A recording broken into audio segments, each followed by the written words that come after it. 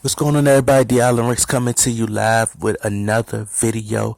I got another video, and I want to talk to y'all about Errol Spence, his career, and where he can go from here.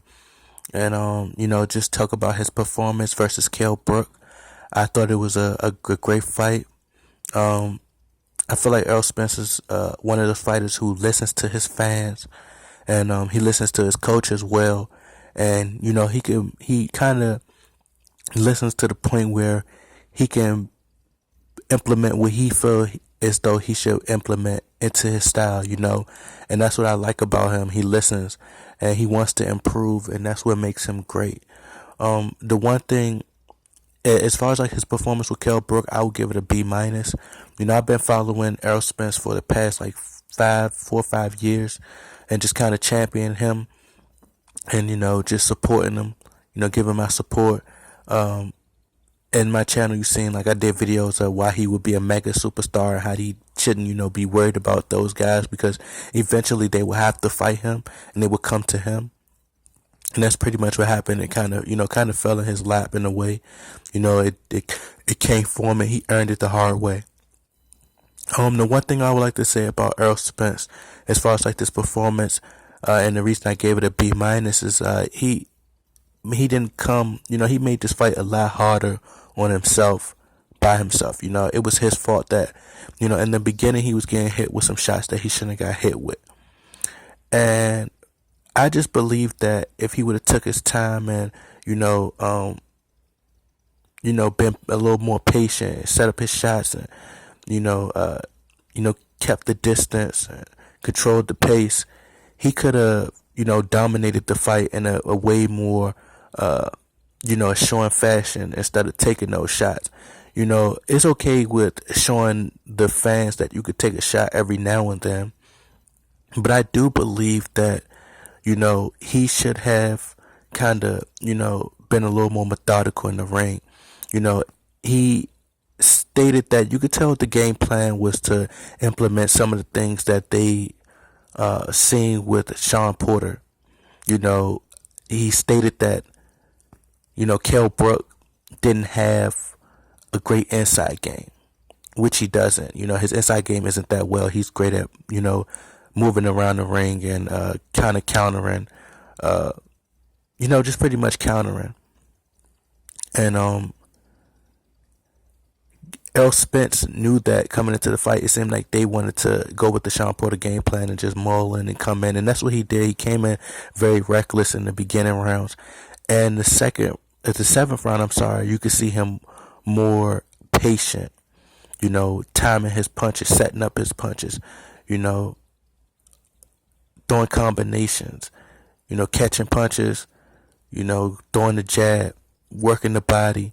He was more methodical with his punches. He was more well thought out, keeping the distance, keeping the jab out there, using a little bit of ring generalship at the same time. He made this fighter hard on himself. I would have gave him an A plus if he would have kept the same. I know he wanted to take him into deep water in the championship rounds and drown him, but I think that if he would have kept that same pace, he could have dominated the entire fight, just to prove to people that he was on a much higher level. He didn't even have a lot of those shots he shouldn't have got hit with. He was just coming in so reckless and not timing his punches. And he started to work the body later in the late rounds, and it was a great fight. But I think that Errol Spence could have did 10 times better. His footwork was kind of average, and I like how he sticks to the basics. Usually he does that, but in the beginning of the round he wasn't doing that. He didn't stick to the basics. He followed the Sean Porter game plan, and it worked at times. Because the reason it didn't work with Sean Porter the last time, because it probably would have worked.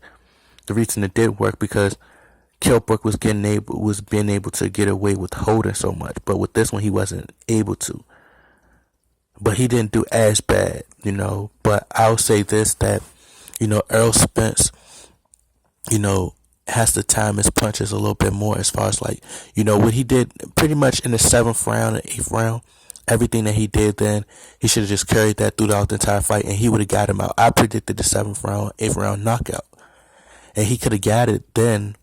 but I just believe that, you know, he, could have did everything that he was doing in the beginning, like breaking him down and timing his shots and just, him keeping the distance and countering and moving around and digging to the body when he get him on the ropes and just outsmarting Kell Brook. He has way better skills, but it seemed like he deviated from that.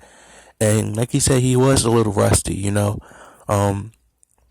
I think that he could have done a lot better, you know. He was a little more flat footed, and it's things that he has to work on. The main thing I seen that he has to work on is mainly his defense.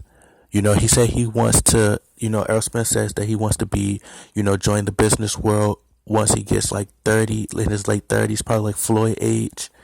And he wants to retire from boxing and become more of a promoter and do things himself. I think that that's a brilliant idea. What I do think that he should focus on from this point on is defense.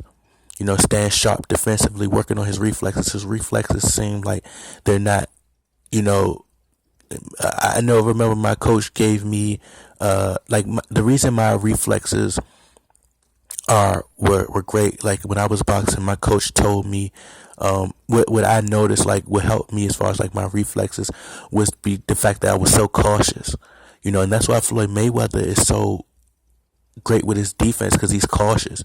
His moves are calculated, just even cautious outside the ring.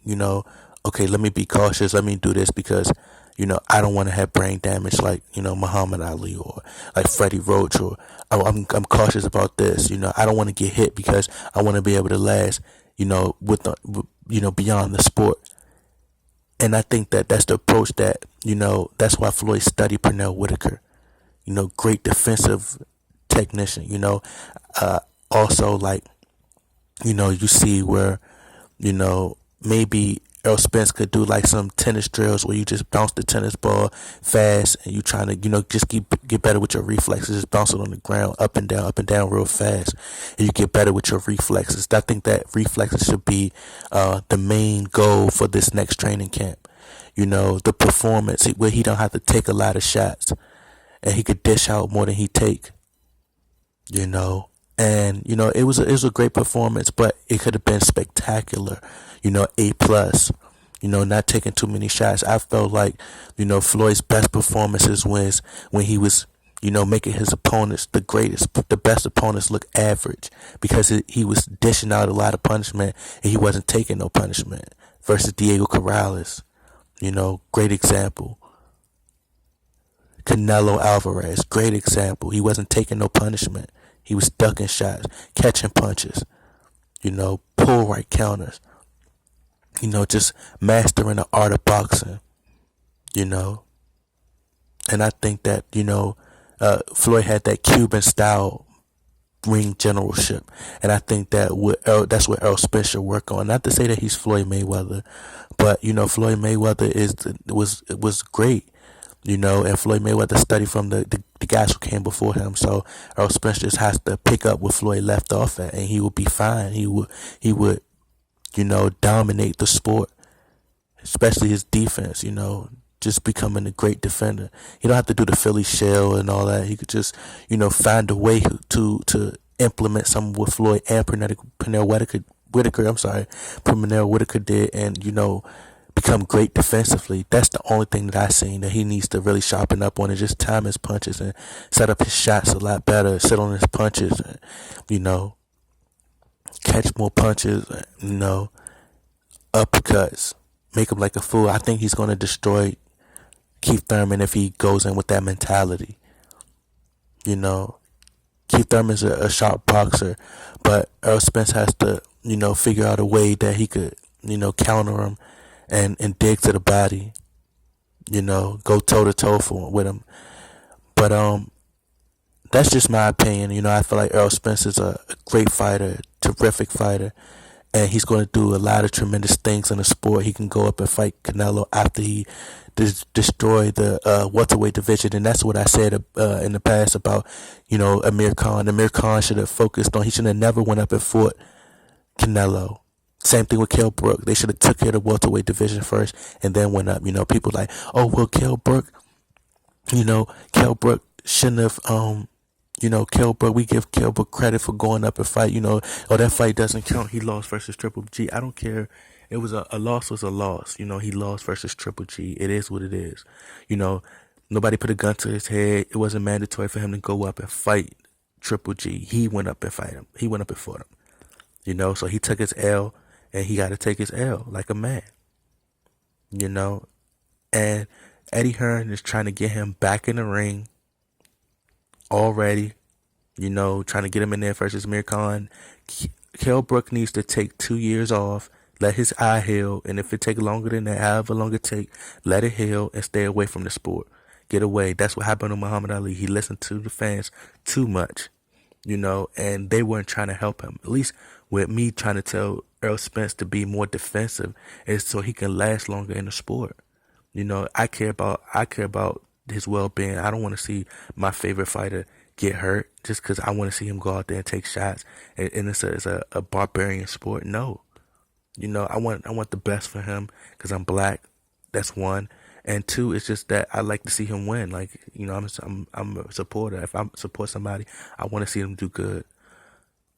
So Kell Brook need to stay away from the sport at least till 2019 and take a tune-up belt when he come back, and then focus on 2020 and fighting Amir Khan, and then retire. Simple as that. It's all about timing. But that's just my opinion on it. Errol Spence, I gave him a B minus. I think he could have done a lot better. But his coach, and that's what I said about Dominic Ingles. He never been in a fight before. At least I've sparred with a couple of people, and I've done something, so I know a little bit about the sport, and I study the sport. So, like I said, Errol Spence is a great fighter, and there's no more time to say he's the future. He's the best boxer, in the welterweight division, and it's his time. Y'all click that subscribe button, comment, like, share. I'm out.